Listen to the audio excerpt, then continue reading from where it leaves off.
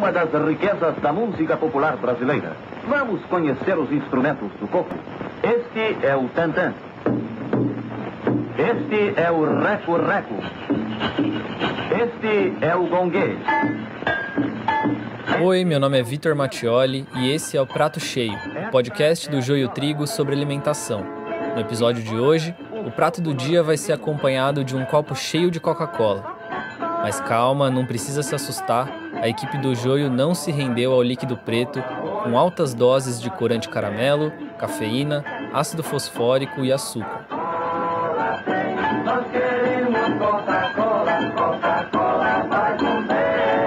Bom, e aqui quem fala é Juliana Jeitens. A gente vai ajudar vocês a entender o porquê a Coca-Cola ocupa um espaço central nesse episódio. Então hoje o prato está cheio de dados científicos duvidosos, produzidos por pesquisadores financiados pela própria Coca-Cola e que confundem a população quando se trata de saúde pública e do consumo de refrigerantes e outras bebidas açucaradas. E antes de a gente começar para valer, eu preciso te lembrar que nós estamos gravando o podcast à distância, respeitando o isolamento social que a pandemia de coronavírus demanda. Mas eu tenho certeza que você vai ser compreensível com possíveis pequenas imperfeições nos nossos áudios. Mensagem dada, agora sim, com vocês, o prato do dia.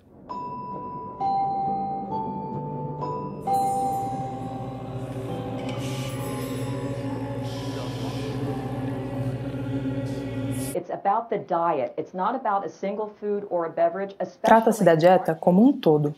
Não se trata de um único alimento ou bebida, especialmente no nosso caso de bebidas açucaradas que não contribuem significativamente na dieta.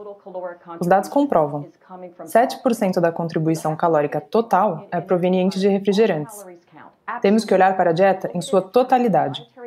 Com certeza, todas as calorias contam, mas temos que saber como aconselhar os consumidores em relação às suas dietas para que eles possam fazer as escolhas que precisam em relação ao estilo de vida que levam para si mesmos e para suas famílias.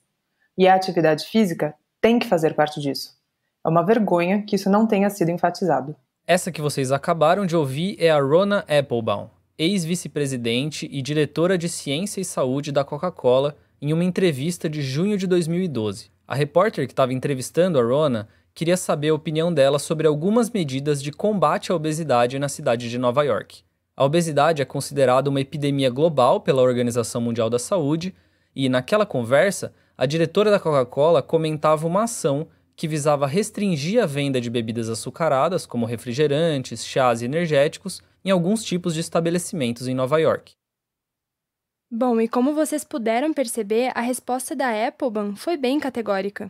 Na visão dela, os responsáveis pela obesidade são os próprios indivíduos e consumidores. E ela usa dois argumentos principais para isentar o papel das empresas de bebidas açucaradas como a Coca-Cola na epidemia da obesidade. O primeiro argumento é de que, na média, a ingestão de refrigerantes representa uma baixa porcentagem da contribuição calórica no total da dieta. A média americana, que a Applebaum menciona na entrevista, é de 7%. Bom, já no Brasil, o consumo de bebidas adoçadas carbonatadas representa, em geral, 1,2% do total de caloria dos domicílios.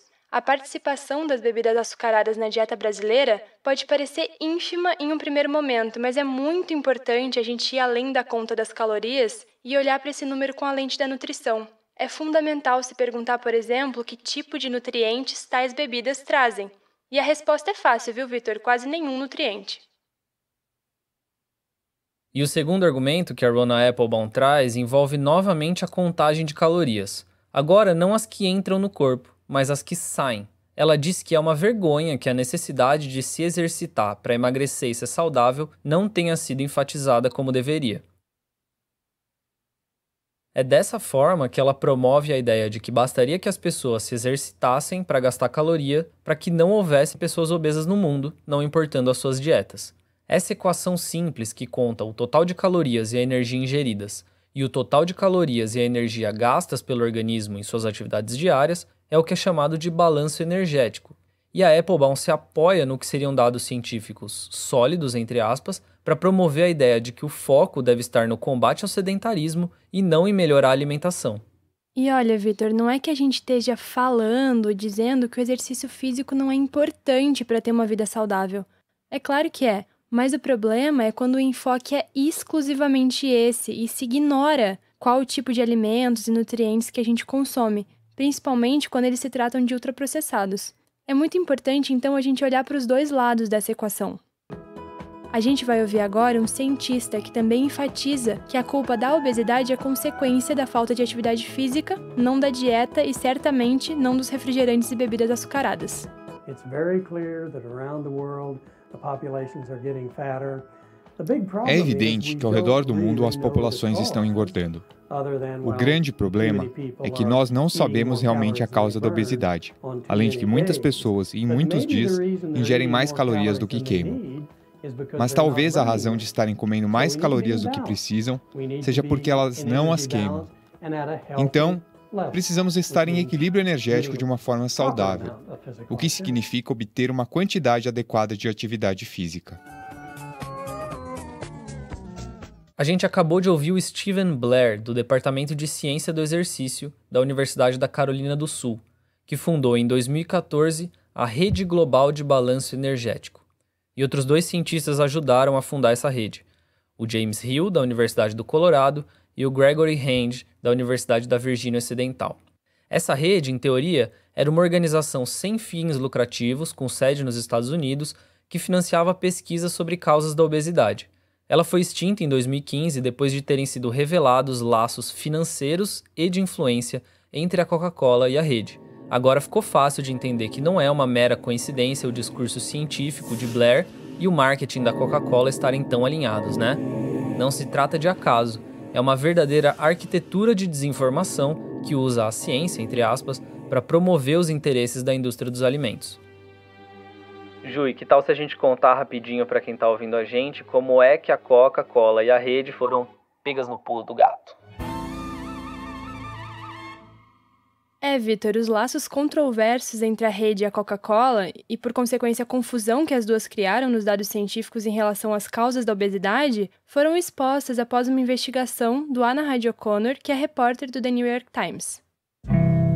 Em 2015, o jornalista recebeu informações de que a Coca-Cola havia feito uma doação educacional e restrita para a rede, e foi investigar o caso. Ele descobriu que desde 2008 a empresa tinha concedido mais de 3 milhões e 500 mil dólares a Stephen Blair e cerca de 1,5 milhão de dólares a Gregory Hand. A Coca-Cola também contribuiu com $1 milhão para a Fundação de Pesquisa da Universidade do Colorado, da qual James Hill fazia parte. Usando a Lei de Acesso à Informação, O'Connor obteve e-mails trocados entre os líderes da rede e funcionários da Coca-Cola. E provou-se que os executivos da empresa trabalharam com os cientistas da rede para influenciar a direção da pesquisa, ocultar a fonte de financiamento e promover a estratégia do balanço energético.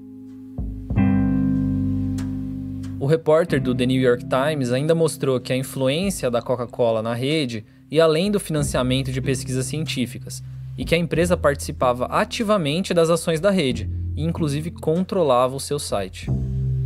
Pois é. A mão invisível e manipuladora da Coca-Cola não se manifesta apenas com financiamento em dinheiro para os cientistas. Um estudo publicado no ano passado analisou a troca de e-mails entre funcionários da Coca e o Centro para Controle e Prevenção de Doenças, o CDC, na sigla em inglês. O centro é ligado ao Departamento de Saúde dos Estados Unidos e é responsável por decidir o que faz bem ou mal para a saúde da população norte-americana. Só fazendo um paralelo aqui, a relação entre o CDC e o Departamento de Saúde dos Estados Unidos é semelhante à relação da Fiocruz com o Ministério da Saúde no Brasil. Agora, voltando ao assunto, depois de examinarem os detalhes das mensagens, os pesquisadores do estudo apontaram que os funcionários da Coca-Cola tentaram se tornar brothers das pessoas do alto escalão do CDC.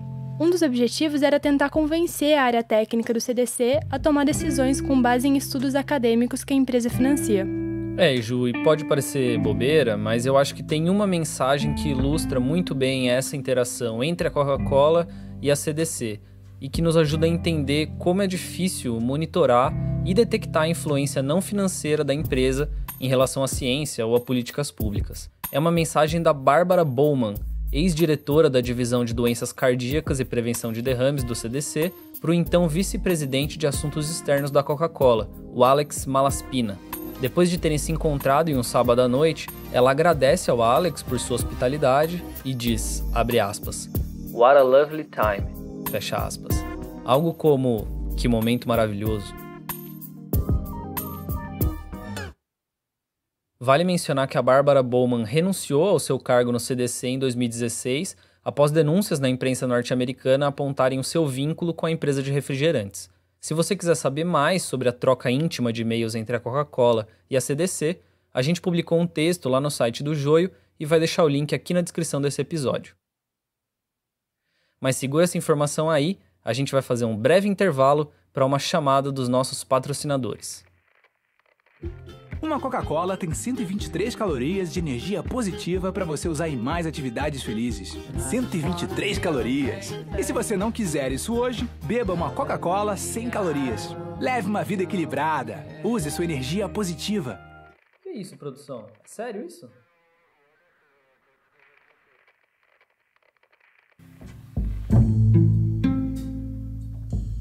Bom, antes de qualquer coisa, gente, esse intervalo foi uma brincadeira, tá? A Coca não patrocina o Joey, mas não significa que ela não faça isso com outras pessoas.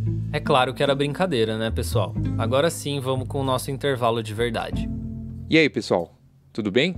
Eu sou Guilherme Zóquio, repórter do Joio e o Trigo e um dos apresentadores desse podcast. Vocês talvez reconheçam o meu nome dos textos que estão lá no nosso site. Eu vim aqui dar um recado. Essa temporada do Prato Cheio está no ar graças à contribuição dos nossos ouvintes que participaram do financiamento coletivo. E também está no ar devido ao apoio da Fundação Heinrich Böll.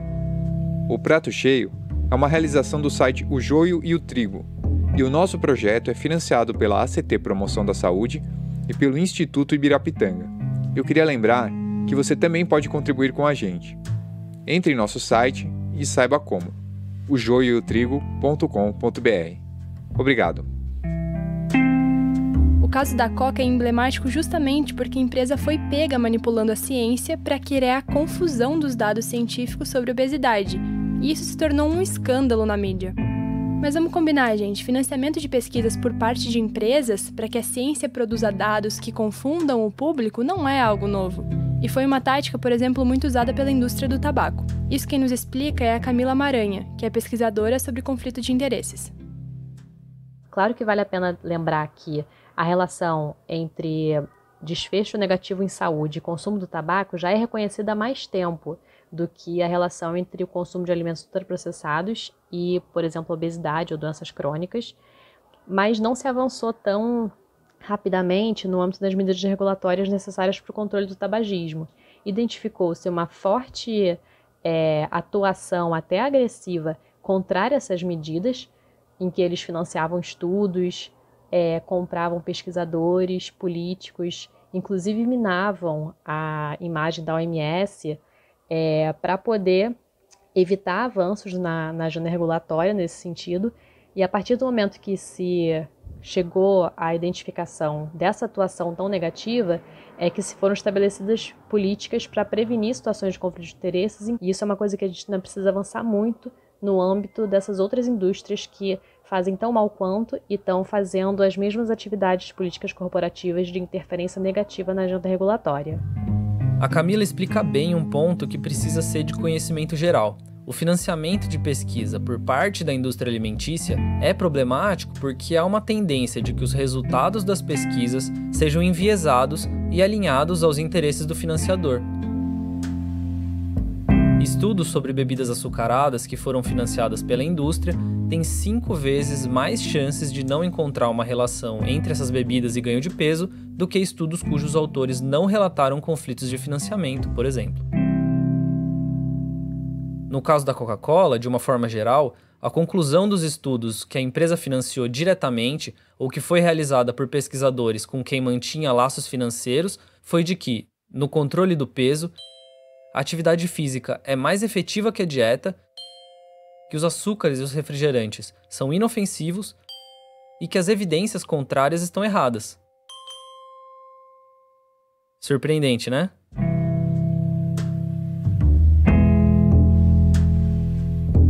Bom, e a confusão foi tanta que uma semana depois da publicação da matéria no The New York Times, o então CEO da Coca-Cola, o Muhtar Kent, afirmou que a empresa iria se esforçar para agir com mais transparência em relação aos seus investimentos. E de fato, a Coca-Cola publicou uma lista com o nome de profissionais da saúde, cientistas e organizações que havia apoiado nos Estados Unidos desde 2010, com valores dos financiamentos. Um total de 21,8 milhões de dólares para pesquisas e 96,8 milhões de dólares para ações comunitárias.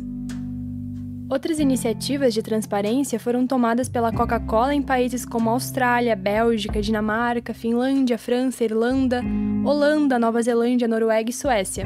Reparou que o Brasil não faz parte dessa lista, né? Pois é, por aqui a gente segue sem saber exatamente quem é financiado pela Coca-Cola e os valores que cientistas e organizações recebem. Para piorar, um estudo publicado em 2018 revelou uma grande discrepância entre a promessa da Coca-Cola de ser mais transparente e a realidade. A conclusão do estudo é de que a maior parte dos pesquisadores com trabalhos financiados pela empresa ficou de fora das listas divulgadas. Nós conversamos com o Paulo Seródio, que é pesquisador na Universidade de Barcelona e foi um dos autores desse estudo. Não tínhamos noção do desfazamento que existia entre a lista de transparência que a Coca-Cola publicou e a quantidade de investigação que eles financiaram desde 2008, que é quando nós temos acesso aos dados. Não foi um exercício de transparência, foi um exercício de semi-transparência conduzido pela empresa, que deixou de fora muita gente, como nós mostramos no nosso artigo.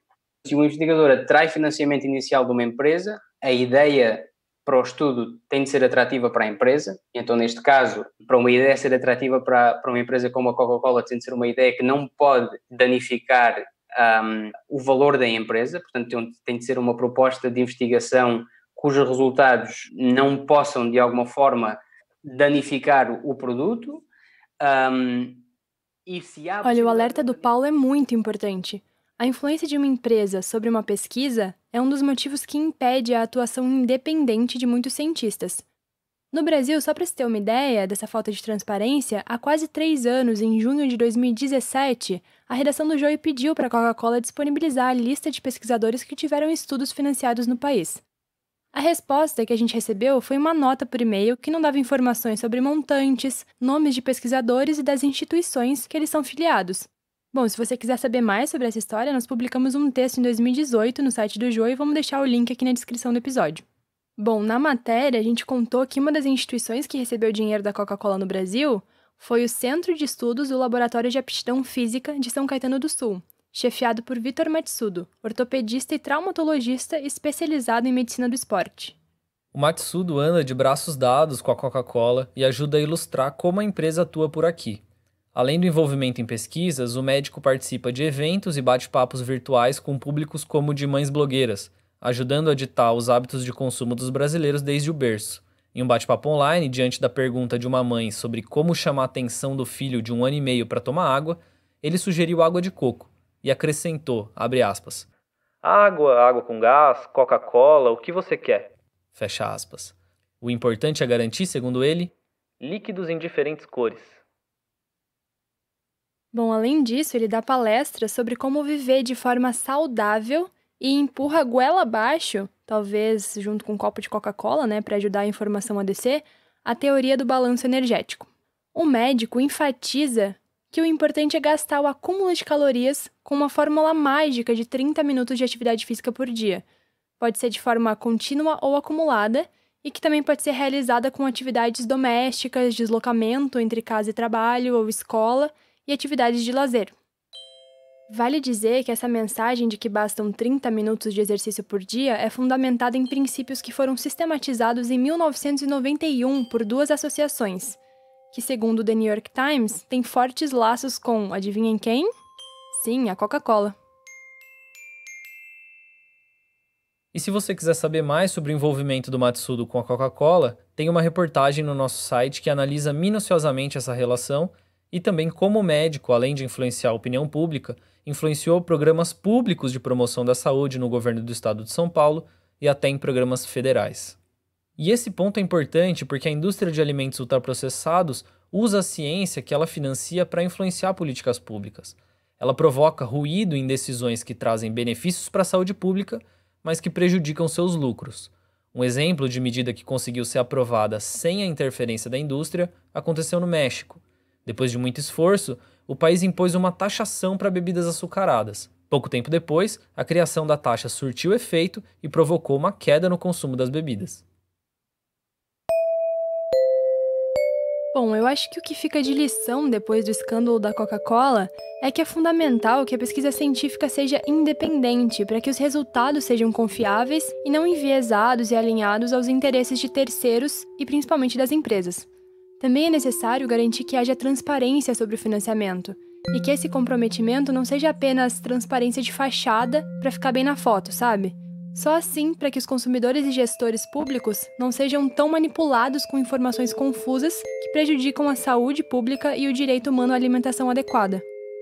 E por último, Vitor, também vale ressaltar a importância das leis de acesso à informação, que permitiram que os jornalistas tivessem acesso aos e-mails trocados entre funcionários da Coca-Cola e cientistas, o que nesse caso expôs bem os conflitos de interesse. Essas são lições muito valiosas em um momento em que a democracia brasileira está sob ataque, quando o próprio governo tenta destruir os instrumentos que a sociedade tem para controlar as decisões políticas.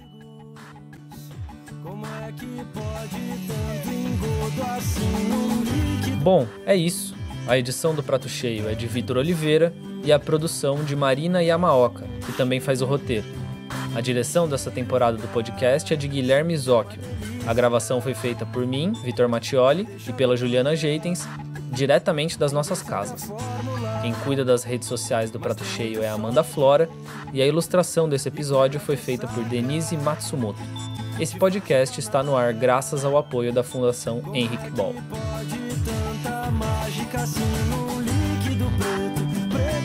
Até o próximo episódio, pessoal. Um abraço. Tchau, tchau. Até o próximo episódio.